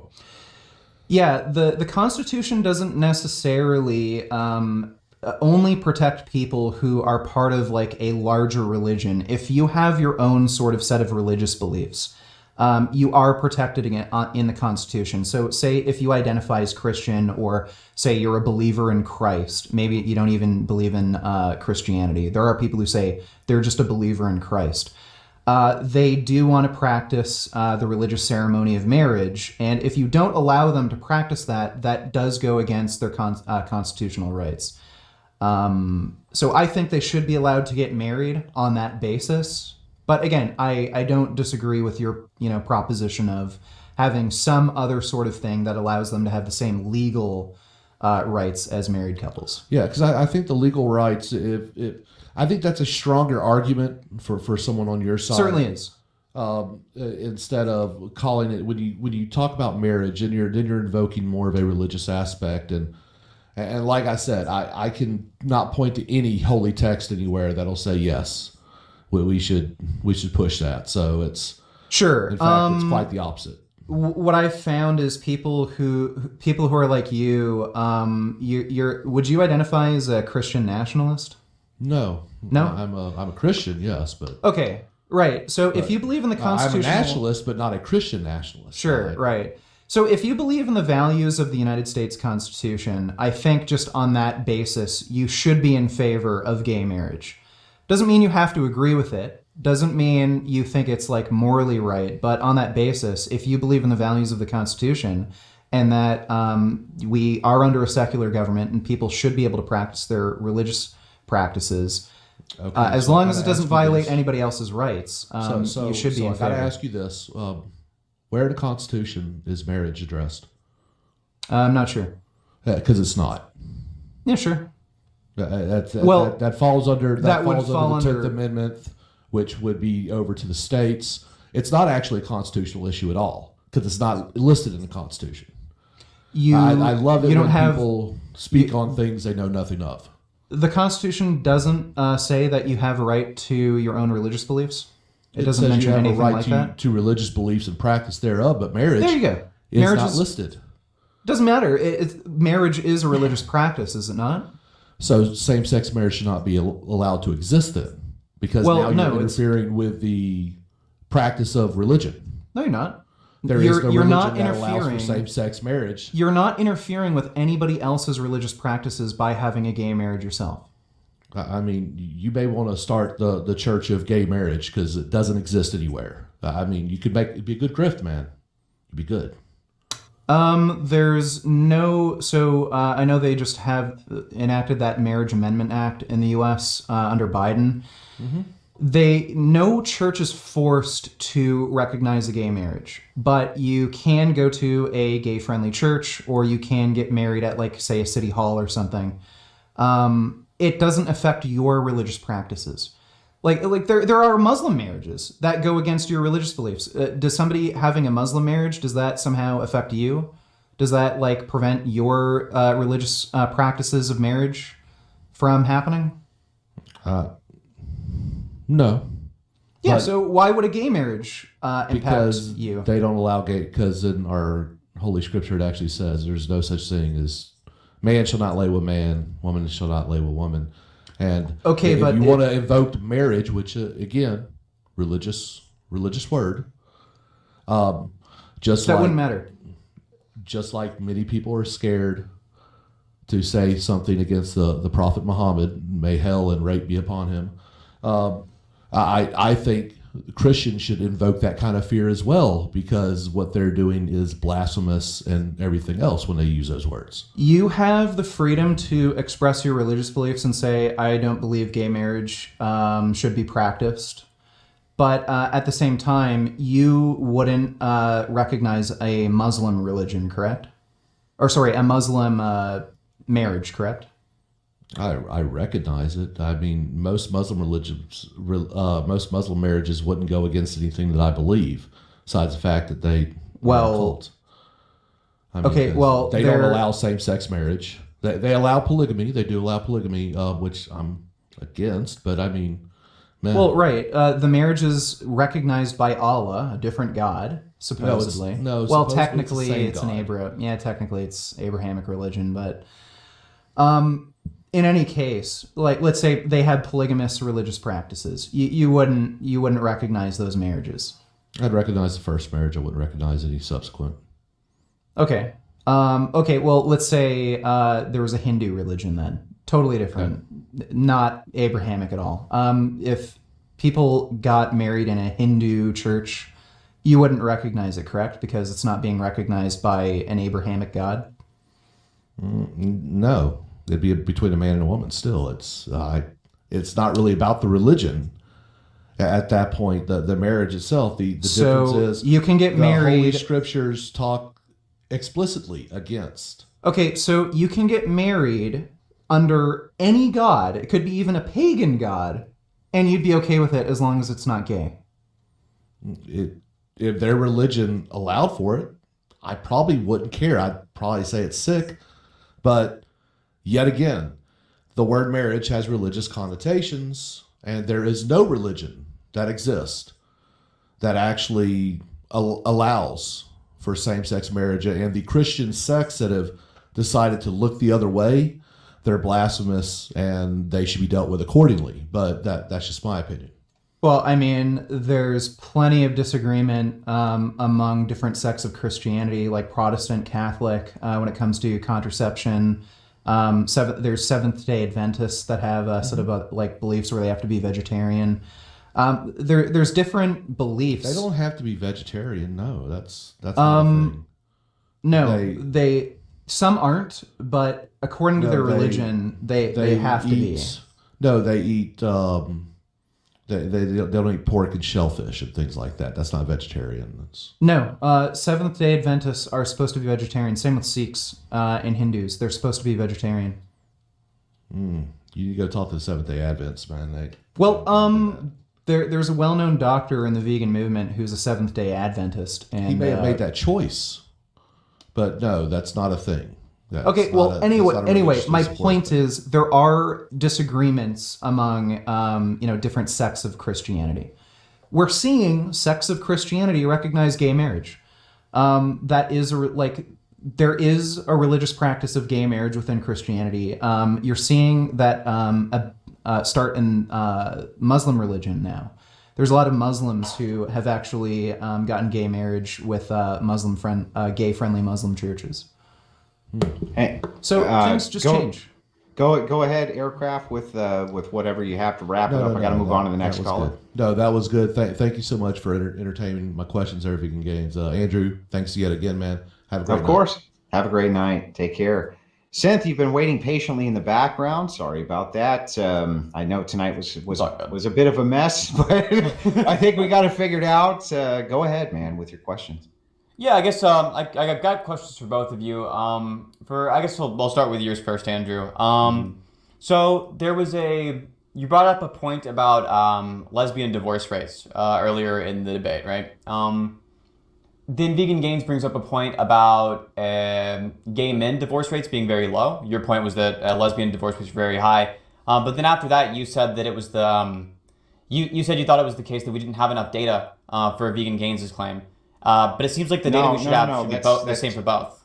Well, no, it's not accurate. I said we haven't really been tracking this data. It wasn't specifically to that point, but I understand what you're saying. You're asking if I'm correct, I'm just gonna ask, and you can tell me if I'm wrong. But why it is that I would say that the rate in lesbians getting divorced is higher than the rate of gay men getting divorced. No, not the rates. The rates are, right? I'm asking you, why do you consider the quality of evidence for a lesbian marriage higher than the quality of evidence for gay marriage, given that they were legalized at the same time? Yeah. So I think that there's contributing factors that still need to be studied, in fact. So here's one, for instance. I recently saw a study that was citing that maybe the reason that gay divorce between homosexual males is lower is due to the fact that they're more likely to enter into an open relationship, whereas lesbians are not. That could be one contributing factor. They weren't sure. Another empirical or some other empirical evidence on the lesbian side before you move to the second one, could I ask you, do you think it's plausible that being in an open relationship will make your marriage more stable in general? I think it depends on the sex, and it depends on a bunch of different factors. I'm not sure. Okay. Yeah, I wouldn't either. I think it's unclear, and so I would just consider it like a confounding variable that we can't say counts in either direction. Yet. We can't say counts yet, but that's why I'm saying I think that the data, the empirical data on this is not great yet. But I think that the data on this will become great in the next 30 years. I think that... So if we take a look at the Netherlands, right, gay marriage has been legal there for about 22 years. And the average length of a marriage in the Netherlands is about 15 years. The average length in the U.S. is about 7 to 8 years. And gay marriage was in the U.S., obviously we do a state-by-state thing. But the first gay marriage in the U.S. was in 2004. So either way, we have like seemingly longer time spans on gay marriage being studied legally in both the U.S. and abroad. Yeah, I don't we even do think... Yeah, I'm not even sure that that 22 years is enough time to try to put in these different variables. For instance, I'm still not exactly sure why it is that the lesbian rate is so much higher. The empirical evidence isn't sure itself. It just knows that it is. There's lots of reasons we think it might be, but nothing that's concrete. So, yeah, but at the end of the day, my point here is just that anything that we can say about that lesbian data that counts against that group is going to be something that counts in favor of the gay group. So it'll just mirror their images there. Well, it could. It could, yeah. Yeah. Any evidence we can induct from that, it would, right? Yeah. Any evidence we can induct, it would. Yeah, which is why I'm not willing to die on that hill and say that I'm sure, because I'm not sure yet. Yeah, that's totally fair. Empirics is tough, man. Empirics is tough. I agree. Yeah, I agree. It's really, really difficult topic. The other thing was just I had a question for Vegan Gains, which is I heard in the debate that you were an antinatalist. I'm not. Would you be down here on the Crucible to have a debate on that topic anytime? I'm not I'm not the type of antinatalist where I think nobody should ever have children ever. I'm not like a Superhuman Dance where I want to like Thanos the entire population. I'm just of the opinion that only people who are suitable to be parents should be parents. So if I could put the proposition like this, in general, people being parents is good, and for you in particular, it would be especially good. Would you be down to talk about that topic? No, I don't think I'd be a good parent. It's all good. You wouldn't be. You say you don't think you'd be a good parent. Yeah, I wouldn't agree Yeah, with that proposition because I wouldn't be. I think so. I think that you would disagree. I think you would disagree with the proposition, which is why I'm asking you: would you be okay with using this as a debate prop? Yeah, no, I don't agree with that proposition. Okay, that's what I was asking. Like, do we both disagree on this proposition? I think one thing, you think the opposite, which is why I'm asking: would you be okay with debating that? Well, I don't think I'd be a good parent. I think people who are well suited to be parents should be allowed to parent. No, what I'm asking you is, would you be down to debate like antinatalism? What's the proposition that we debate? The proposition is that people in general ought to be parents more often, and you in particular especially should be a parent. It's a conjunction of those. That's the prop. I in particular should be a parent? Yes, Vegan Gains in particular. No, I don't think I'd be a good parent, so I don't agree with that proposition. Well, I know that's the point of a debate prop. We have a proposition where I'm taking the affirmative and you taking the negation. You'd argue that I should be a parent. Okay. Yes, it's that you should be a parent. Okay, sure. I guess I could do that. Yeah. All right, sounds good. I'm done. I'll get it set up. Now next week, of course, you're unavailable, right, Sid? Yeah, I am. I'll be moving on the 6th. Well, good luck. Good luck in your move. Was there anything else? No, that's it. I'm glad we figured out what the prop was. That was a bit. We had a bit of confusion there. It was miscommunication. Yeah. No, it was probably on my end. I think I was like stuttering through it all. But that sounds good. See you later, Andrew. See you later, Vegan Gains. Take care, man. Have a good day. Appreciate Look at you my calling big vegan very much. cat. Yes. He only eats plants and he's so big and strong. Did you sedate him? No, I couldn't help it, man. How cute he is. Look how big and strong. Look at his muscles. Corinth, go ahead, man. So basically, if we get to the point, or if we made it so for lesbian couples, I know that you're autistic, but can we just start with like, hello, how are you? Hey, Andrew, I missed you. Hi. It's all right. Go ahead, man. If we get to the point. Go ahead. If we get to the point. So if we made it so if you're lesbian or gay, you have to be a surrogate parent when you get married. Would you, to the point where it gets to above straight marriage baby rates, so like 2 per couple, would you then be okay with making a normative statement for gay marriage? Okay, so think in your brain about the best way to reframe that so that I can understand it. I know what you said. Okay, yeah. It may have been concise, but I didn't catch it. Go ahead. You're right. I'm sorry. I should have been more clear. So if we made it so when you're getting married as a gay couple, you have to be surrogate parents for 2 kids as a couple. Like each dad would have to couple a child, each mom would have to couple a child. So that would be a higher birth rate than for straight couples. Would you be okay with making a normative claim if we make that? Well, wait, back up. Why would that be? You mean if they're surrogate parents, how could 2 males be surrogate parents? by each impregnating one of the women. Another woman. So we're using force to make them impregnate women. We're just making that like one of the things. Each of the gay couples gets paired off at marriage. Would you then be okay with that being a normative claim?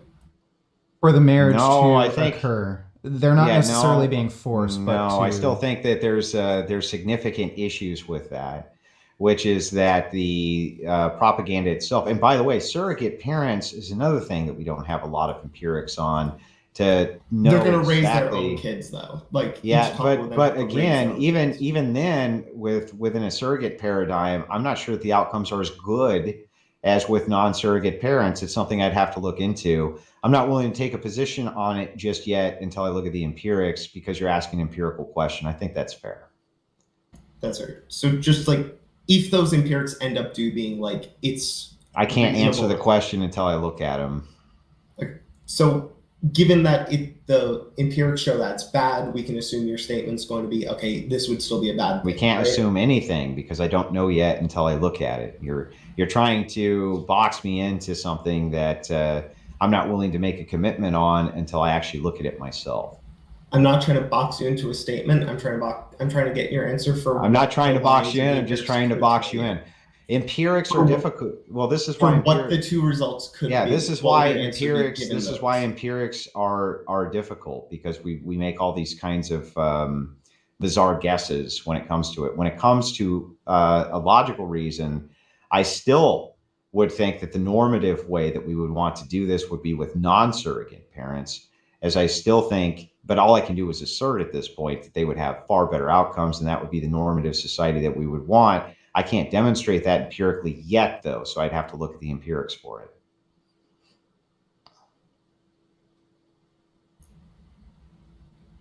Okay. What do you think the empirics could show you? Well, I think that the empirics could show us that these are not the best outcomes in societies to have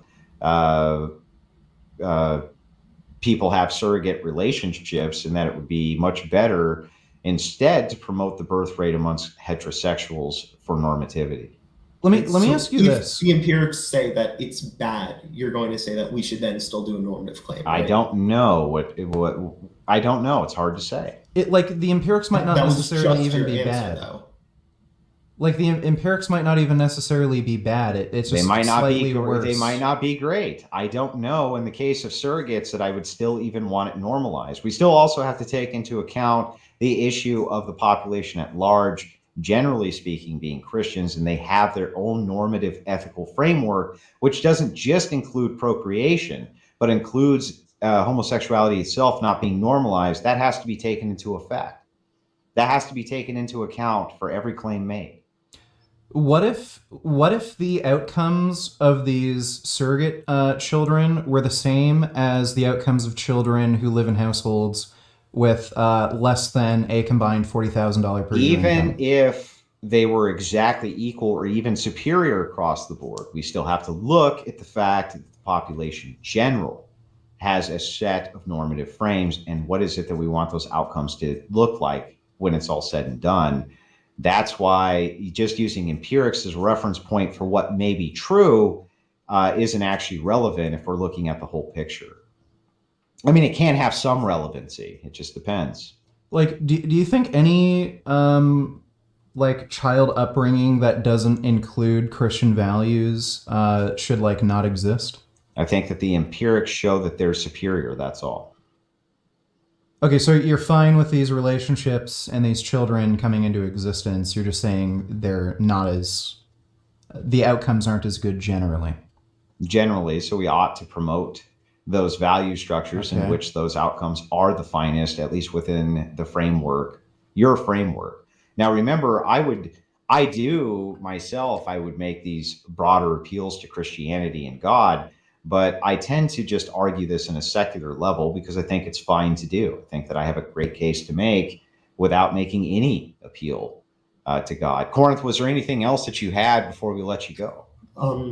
Yeah, so before you were saying you're not even trying to make the claim that homosexuality should be like illegal. You're just trying to say like gay marriage shouldn't be a thing, right? Correct. I don't want to do punitive physical harm or punishment that way. That would be against our virtue ethical system. So we would look at homosexuality as any other sexual sin. It would be a similar sin to cheating on your spouse. We don't see it as a degree higher or lower. It's just a sexual sin that we would not want promoted. So why do you think that the Christian normative ethics should dictate law in that case, but the Christian normative ethics shouldn't dictate law in regards to the sin itself? Well, I'm not saying that even the Christian normative ethics itself are dictating the law, just that the people who craft the law likely are going to be using that as their metric.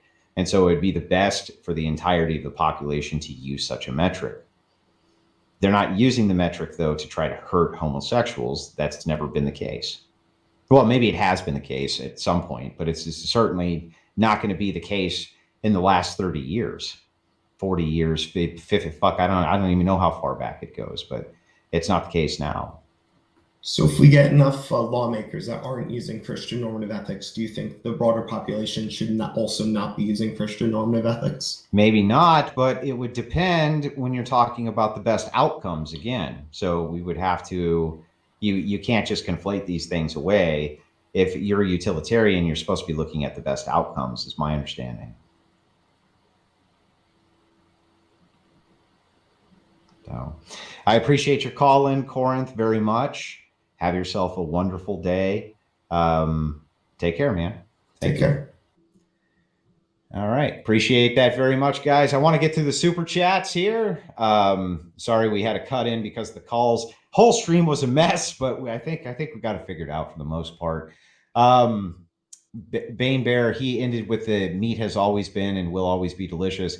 Vegan Gains did say that he actually doesn't prefer the taste. What is that? You prefer the taste? Well, I said I prefer the taste of vegan mock meats, but I don't think any vegans are arguing that meat doesn't taste good. I'm just saying the meat alternatives taste better. Right. Neon Noir sent in $12.26. Says, Jeff got mogged by a tribesman. Now enjoy a piece of chicken. I have no idea what the fuck that means. Kiefer Green sent in $5 and says, was that scientific fact an observation, hypothesis, or an experiment? Ha ha ha, gold. I appreciate that. Nico Pluto, longtime supporter of the Crucible, sent in a $19.99 super chat. Thank you so much, Nico. Bear Pelagic sends in $5, says, what was that neck stretch into Van Halen style montage kind of cool? We do trash talks on this channel. Where generally speaking, I'll go after people who I think are complete scum. And I always put a small montage together at the very beginning. And I usually do skits and things like that. It's just one more thing we offer at the Crucible. Pure Blood, Anglo-Christian sent a $10 super chat. Stay strong, brother. You can't last longer than 10 minutes when watching your debates. Your opponents are usually complete dimwits posing as intellectual. Your patience is inspiring. Okay, appreciate that. Nico Pluto sent in another $19.99. Thank you so much, Nico. Bane Bear sends in a $2 super chat. VG, wrong and arrogant in equal measures. Lighten up. Actually, I thought that this was a pretty light debate. Yeah, I felt like it was pretty productive as far as both of us understanding each other's worldviews a little bit better. Yeah, I was fine with going off into like a bit of a tangent and off topic just so I could better understand your overall view on marriage. But now that I think we've gotten to the weeds of things, we really just need to share like studies between each other because it's just turned into... It's turned, like, I know it's a normative debate, but some of this is predicated on some descriptive realities. So I think we have to have a more descriptive-centered debate next time. Yeah, and I think empirics are important when it comes to this, if we're both making claims that way. In fact, I just stopped the previous debate because they wouldn't share it. So I'm happy to share those things across the board so you see what I'm saying as long as I have access to yours. I think that's fair. Yeah. PIM Ors sent in a $5 super chat. Andrew, did Rachel bought your studs in hat Christmas? I think he's asking, she bought my hat for Christmas. No, she bought it before Christmas. I just haven't worn it yet. Bane Bear sent in $2, says VG seems kind of bitter and unhappy in equal measures. You seem kind of unhappy, man. Well, I have suffered from suicidal depression most of my life, and I'm medicated. So yeah. Yeah, we need to stop that and get you. These debates, I think, make you happy. Pure Blood Anglo Christian sent another $5. Andrew, how do you maintain? Oh, sorry, I already read that. Bane Bear for $2 says VG. I wish your dad had been there to hug you more. That's fucked up, dude. Don't do that. Like that. That's fucked up. Tim Zimlick sent in a $5 super chat. Can't force people to have children, but it's morally wrong not to if you can, because you will be a burden on society in old age instead of your kin. Yeah, we didn't even get into that aspect of it, but I do think one of the biggest problems with antinatalists, and by the way, a lot of utilitarians like Synth and many others will agree with me on this, is that we have an aging population we have to take care of, and we're not going to have an endless degree of immigrants to do that forever. I think Synth would actually agree with me that that's a problem when you have an aging population. What do you think? I'd agree from a tax perspective. You do need enough of a replacement rate to feed into a healthcare system to take care of elderly. That is an issue. That's a huge issue in Japan right now. That is Well, it's even an issue here, isn't it? Yeah. It is an issue here because the replacement rate is a bit low. But again, you can balance things out. I don't think everybody is a suitable parent. The only thing I really argue is that just think about having children. That's it. Okay. Wicked Wally sends in $5, says laws encourage and reward degenerate lifestyles by making them a protected class.